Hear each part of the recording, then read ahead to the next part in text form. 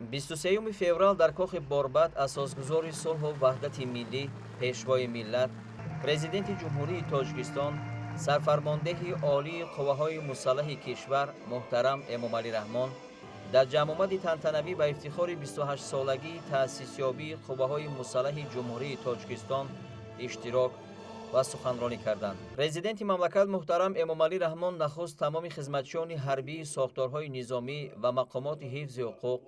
инчунин собиқадорони хизмати ҳарбиро ба ифтихори рӯзи таъсисёбии қувваҳои мусаллаҳи ҷумҳурии Тоҷикистон самимона табрику таҳният гуфтанд.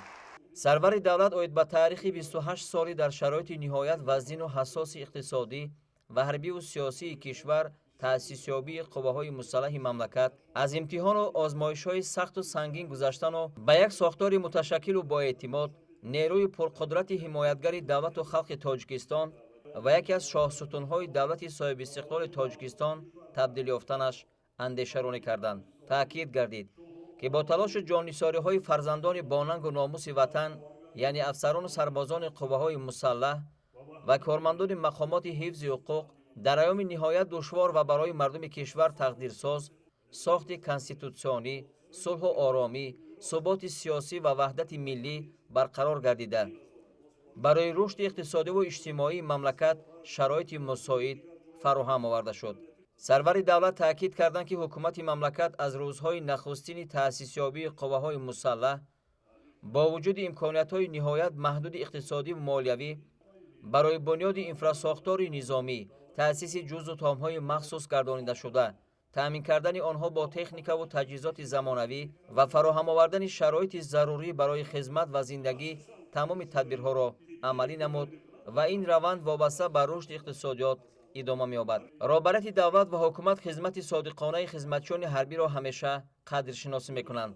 то имрӯз садҳо нафар низомиён, фарзандони бонангу номуси ватан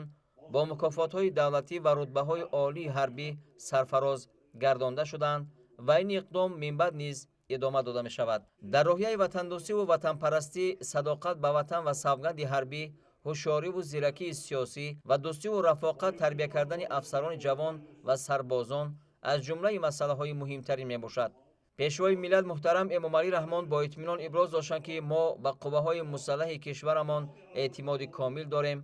ва медонем, ки онҳо минбаъд низ истиқлолияту озодии Тоҷикистони маҳбубамон, амнияти давлат ва суботу оромии мардуми моро ҳамчун сипари боэътимод ҳимоя мекунанд. ҳайати шахсии қувваҳои мусаллаҳ ҷашни 30-солагии истиқлоли давлатиро бо интизоми қавӣ, омодабошии доимии ҷангӣ, рӯҳияи баланди ватандӯстӣ ва садоқат ба касби бошарафу муқаддаси худ истиқбол мегиранд. дар охир президенти мамлакат муҳтарам Эмомалӣ Раҳмон бори дигар тамоми ҳайати шахсии ҷузъу томҳои низомӣ ва шаҳрвандони кишварро ба ифтихори 28-солагии таъсисёбии қувваҳои мусаллаҳ табрик гуфта, ба ҳамаи онҳо саломативу сарбаландӣ ва дар роҳи ҳифзи ватани соҳибистиқлоламон рӯҳи шикастнопазир ва иродаи қавӣ орзу карданд. ҷамъомади идонаро барномаи рангину пурмуҳтавои консертӣ бо иштироки аҳли ҳунару фарҳанги кишвар шукӯҳи тоза бахшид, ки тӯҳфаи арзандае барои афсарону сарбозони содиқи ҷумҳурӣ мебошад.